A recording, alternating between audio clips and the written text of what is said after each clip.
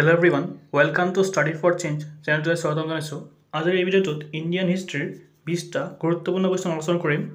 এই কুৱেশ্যনবোৰ আহি থকা ADRE 2, DME আৰু আসাম পুলিচৰ বাবে অতিকৈ গুৰুত্বপূৰ্ণ হ'ব আৰু এই কুৱেশ্যনবিলাকে বাৰে বাৰে পৰীক্ষাত ৰিপিটেড হৈ থাকে। সো ভিডিঅ'টো ভালকৈ চাব। এই ভিডিঅ'টো ইণ্ডিয়ান হিষ্ট্ৰীৰ ওপৰত 3rd নম্বৰ পাৰ্ট। যদি আপোনালোকে আগৰ পাৰ্ট 2টো চাব বিচাৰে প্লেলিষ্টৰ লিংক ডেছক্ৰিপশ্যনত দিয়া আছে, তাৰ পৰা চাব পাৰিব। আজিৰ প্ৰথম কুৱেশ্যনটো হৈছে মানুহে ব্যৱহাৰ কৰা প্ৰথম ধাতুটো কি আছিল?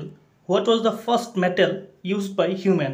Option আছে copper, iron, gold, bronze. ইয়াৰ শুদ্ধ আনসাৰ হৈছে অপশ্যন নম্বৰ A, copper বা তামৰ। ধাতুটো মানুহে ব্যৱহাৰ কৰিছিলে প্ৰথমতে। First metal used by human is copper. Next question. কোন ৰজাই এলাহাবাদত কুম্ভ মেলা আৰম্ভ কৰিছিল? Which king started Kumbh Mela at Allahabad? Option আছে ছত্ৰপতি শিৱাজী, হৰ্ষবৰ্ধন, পৃথ্বীৰাজ চৌহান, নৰসিংহ বৰ্মন। ইয়াৰ শুদ্ধ আনসাৰ হৈছে অপশ্যন নম্বৰ বি, হৰ্ষবৰ্ধন। হৰ্ষবৰ্ধনে এলাহাবাদত কুম্ভ মেলা আৰম্ভ কৰিছিলে আৰু চনটো হৈছে 644 BC। মনত ৰাখিব, এইটো ইম্পৰ্টেণ্ট হয়। হৰ্ষবৰ্ধনে 664 BCত কুম্ভ মেলা এলাহাবাদত আৰম্ভ কৰিছিলে। Next question. প্ৰথমে ভাৰতলৈ কোন আহিছিল? Who came to India first? Option D আছে পৰ্তুগীজ, ডাচ, ইংলিছ, ফ্ৰেঞ্চ। ইয়াৰ শুদ্ধ আনসাৰ হৈছে option number A, Portuguese. Portuguese came to India first.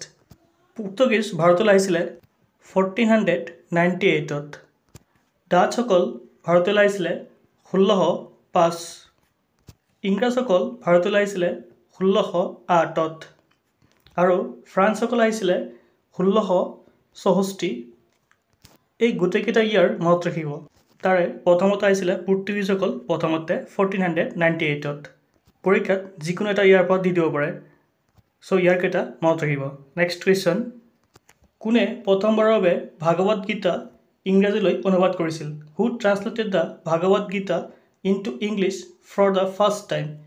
Option A আছে Hariram Acharya, Charles Wilkins, MB Nadkarni, Stephen Mitchell. ইয়াৰ শুদ্ধ আনসাৰ হৈছে option number B, Charles Wilkins. তেখেতে প্ৰথমবাৰৰ বাবে ভাগৱত গীতাখন ইংৰাজীলৈ অনুবাদ কৰিছিলে। Next question. প্ৰথমে ভাৰতত অন্বেষণ কৰা প্ৰথমখন চহৰ কি? The first city to be explored in India was? Option A আছে মহেঞ্জোদাৰো, লোথাল, হাৰাপ্পা, আয়োধ্যা। মানে কোনখন চহৰ ভাৰতত প্ৰথমে আৱিষ্কাৰ কৰা হৈছিল? সেইখন হৈছে option number C, Harappa. Harappa was the first city to be explored in India. Harappa চহৰখন ডিছকভাৰ কৰা হৈছিলে 1921 চনত আৰু হাৰাপ্পা চহৰখন আৱিষ্কাৰ কৰিছিলে দয়াৰাম সাহানীয়ে। দয়াৰাম সাহানীয়ে 1921 চনত হাৰাপ্পা চিভিলাইজেশ্যনখন আৱিষ্কাৰ কৰিছিলে। ইণ্ডাছ ভেলী চিভিলাইজেশ্যনক হাৰাপ্পা চিভিলাইজেশ্যন বুলিও জনা যায়। Next question. কোন বিদেশী ভ্ৰমণকাৰীয়ে প্ৰথমে ভাৰত ভ্ৰমণ কৰে? Which foreign traveller first visited India? Option A আছে হিউৱেন চাং, ফাহেন, মাৰ্কো পলো, মেগাস্থেনিছ। ইয়াৰ শুদ্ধ আনসাৰ হৈছে option number D, Megasthenes. Megasthenes was the first foreign traveller to visited India for the first time. Megasthenes ভাৰতলৈ আহিছিলে মৌৰ্য ডাইনেষ্টিৰ সময়ত। মৌৰ্য বংশৰ সময়ত Megasthenes ভাৰতলৈ আহিছিলে। মেগাস্থেনিছে আৰু এটা কিতাপ লিখিছিলে, এইটোৰ নাম হৈছে ইণ্ডিকা। এই কিতাপখন বহুতবাৰ পৰীক্ষাত আহিছে, মনত ৰাখিব। মেগাস্থেনিছে ইণ্ডিকা কিতাপখন লিখিছিলে। পৰীক্ষাত সুধিব পাৰে এই ইণ্ডিকা কিতাপখন কিহৰ ওপৰত ভিত্তি কৰি মেগাস্থেনিছে লিখিছিলে? চ' তাৰ এনচাৰটো হ'ব এই ইণ্ডিকা কিতাপখন মৌৰ্য বংশৰ ওপৰত নিৰ্ভৰ কৰি লিখা হৈছিলে। Details about Maurya dynasty. Next question. কোন শাসকে মুদ্ৰাৰ প্ৰচলন কৰিছিলে? Which ruler introduce the rupee? Option এ আছে আলাউদ্দিন খিলজী, শ্বেৰ শ্বাহ ছুৰী, ইব্ৰাহিম লোডি, ফিৰোজ শ্বাহ ছুৰী। ইয়াৰ শুদ্ধ আনসাৰ হৈছে option number B, Sher Shah Suri. Sher Shah ছুৰীয়ে প্ৰথমতে চিলভাৰ কয়েন ৰুপিজ ইন্ট্ৰডিউচ কৰিছিলে। Next question. কোন শাসকে সিংহাসনত বহিবলৈ তেওঁৰ দেউতাক বিম্বিসাৰাক হত্যা কৰিছিলে? Which ruler killed his father Bimbisara to sit on the throne? Option A দিছে অজাতশত্ৰু, অশোক, কনিষ্ক, ধনানন্দ। শুদ্ধ আনসাৰ হৈছে অপশ্যন নম্বৰ এ, অজাতশত্ৰু।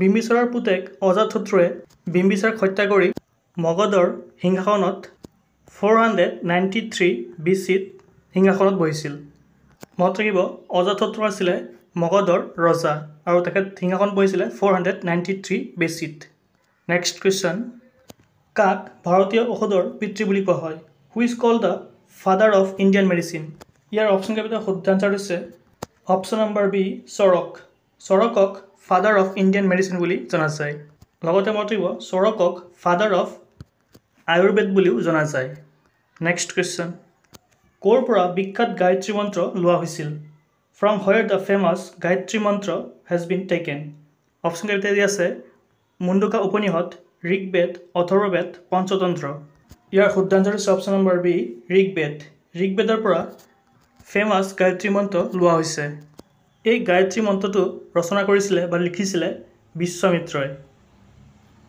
বিশ্বমিত্ৰই গায়ত্ৰী মন্ত্ৰখন লিখিছিলে এই গায়ত্ৰী মন্ত্ৰটো সংস্কৃত ভাষাত লিখা হৈছিলে গায়ত্ৰী মন্ত্ৰক সাবিত্ৰী মন্ত্ৰ বুলিও জনা যায় দুইটা একেই গায়ত্ৰী মন্ত্ৰ বা সাবিত্ৰী মন্ত্ৰ একেটাই চ' এই গায়ত্ৰী মন্ত্ৰটো লোৱা হৈছিলে ঋগ্বেদৰ পৰা নেক্সট কুৱেশ্যন ভাৰত স্বাধীন হোৱাৰ সময়ত ইংলেণ্ডৰ প্ৰধানমন্ত্ৰী কোন আছিল who was the prime minister of England when India got independence option কেইটাৰ ভিতৰত শুদ্ধ আনচাৰ হৈছে option number A Clement Attlee ভাৰত স্বাধীন হোৱাৰ সময়ত ইংলেণ্ডৰ প্ৰধানমন্ত্ৰী আছিলে ক্লেমেণ্ট এটলি নেক্সট কুৱেশ্যন কোনজন গভৰ্ণৰ জেনেৰেলে নিজকে বেংগল টাইগাৰ বুলি কৈছিল which governor general used to call himself as a Bengal tiger option কেইটা আছে Lord Clive Warren Hastings Lord Cornwallis Lord Wellesley ইয়াৰ শুদ্ধ আনচাৰ হৈছে option number D lord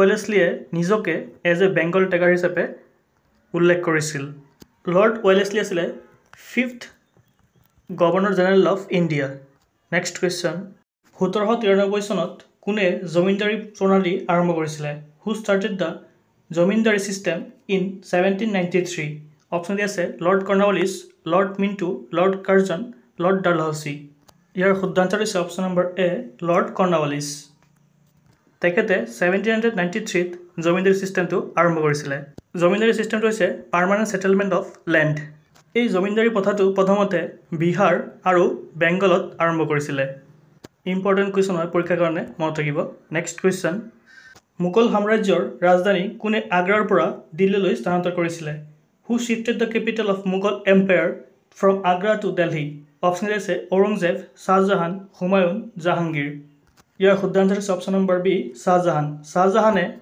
1638ত Mughal সাম্ৰাজ্যৰ ৰাজধানী আগ্ৰাৰ পৰা দিল্লীলৈ স্থানান্তৰ কৰিছিলে ইয়াৰটো মত থাকিব 1638ত নেক্সট কুৱেশ্যন গৌতম বুদ্ধৰ আচল নাম কি what was the original name of Gautam Buddha option কেইটা আছে সিদ্ধাৰ্থ মূলাশংকৰ বিষ্ণুগুপ্তা খুৰম ইয়াৰ শুদ্ধ আনচাৰ হৈছে অপশ্যন নম্বৰ এ সিদ্ধাৰ্থ গৌতম বুদ্ধৰ আচল নাম হৈছে সিদ্ধাৰ্থ মূলাশংকৰ তেওঁৰ আচল নাম হৈছে স্বামী দয়ানন্দ সৰস্বতী আৰু বিষ্ণুগুপ্তাৰ আচল নাম হৈছে চাণক্য আৰু খুৰমৰ আচল নাম হৈছে শ্বাহজাহান গৌতম বুদ্ধৰ আচল নাম হৈছে সিদ্ধাৰ্থ নেক্সট কুৱেশ্যন অজন্তা আৰু ইলোৰাৰ গুহাটো সমৰ্পিত কোনজন ভগৱানৰ ওপৰত the caves of Ajanta and Ellora are dedicated to lord Krishna lord Rama lord Buddha lord Shiva ইয়াৰ শুদ্ধ আনচাৰ হৈছে option number C lord Buddha the caves of Ajanta and এলোৰা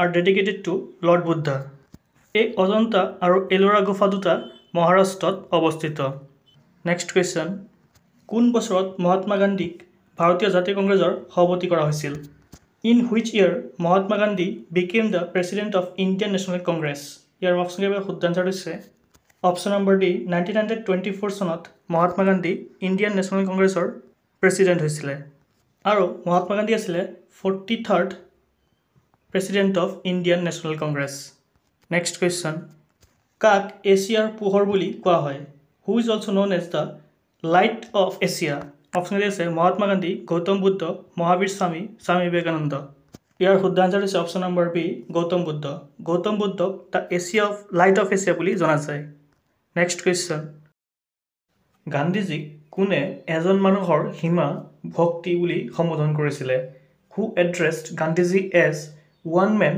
boundary force option এ আছে সুভাষ চন্দ্ৰ বোস লৰ্ড মাউণ্টবেটেন জৱাহৰলাল নেহৰু ৰবীন্দ্ৰনাথ টেগোৰ ইয়াৰ অপশ্যনৰ ভিতৰত শুদ্ধ আনচাৰ হৈছে option number B lord Mountbatten. Lord মাউণ্টবেটেনে গান্ধীজীক ওৱান মেন বাউণ্ডেৰী ফ'ৰ্চ বুলি সম্বোধন কৰিছিল।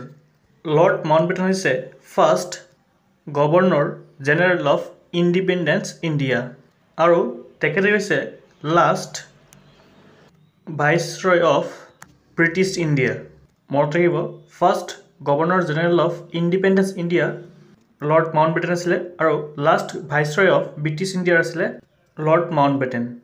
তেখেতেই এজন মানুহৰ সীমা শক্তি বুলি সম্বোধন কৰিছিলে গান্ধীজীক। নেক্সট কুৱেশ্যন, কোন বছৰত শিৱাজী ছত্ৰপতি হিচাপে অধিকাৰপ্ৰাপ্ত আছিল?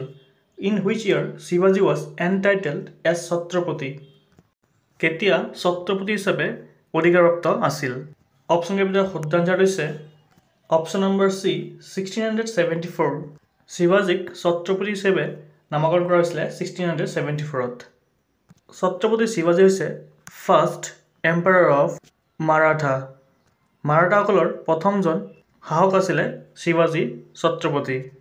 তেখেতৰ ৰাজত্বকাল আছিলে 1674ৰ পৰা 1680লৈকে। আজি গোটেইকেইটা question exam point of view বহুত ইম্পৰ্টেণ্ট হয়, চ' ভিডিঅ'টো ভালকৈ চাব। এই ভিডিঅ'টোত এইকেইটা কুৱেশ্যন আছিলে। যদি ভিডিঅ'টো চাই ভাল লাগিছে প্লিজ লাইক শ্বেয়াৰ আৰু ছাবস্ক্ৰাইব কৰিব আৰু এনেকুৱা ধৰণৰ ভিডিঅ' পাই থাকিবলৈ। থেংক ইউ ফৰ ৱাচিং।